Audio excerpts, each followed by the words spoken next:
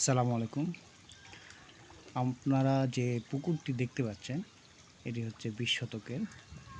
আমি লিজ নিয়েছি আরকি। এই পুকুরটিতে আমি শিং মাছ চাষ করতেছি।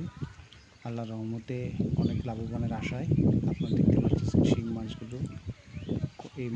এই মুহূর্ত পর্যন্ত কোনো ধরনের রোগবালাই নেই। পানির রঙও সুন্দর আছে এবং খাবার দেয়া হচ্ছে। এত সুন্দর, দেখলেই মনোমুগ্ধকর।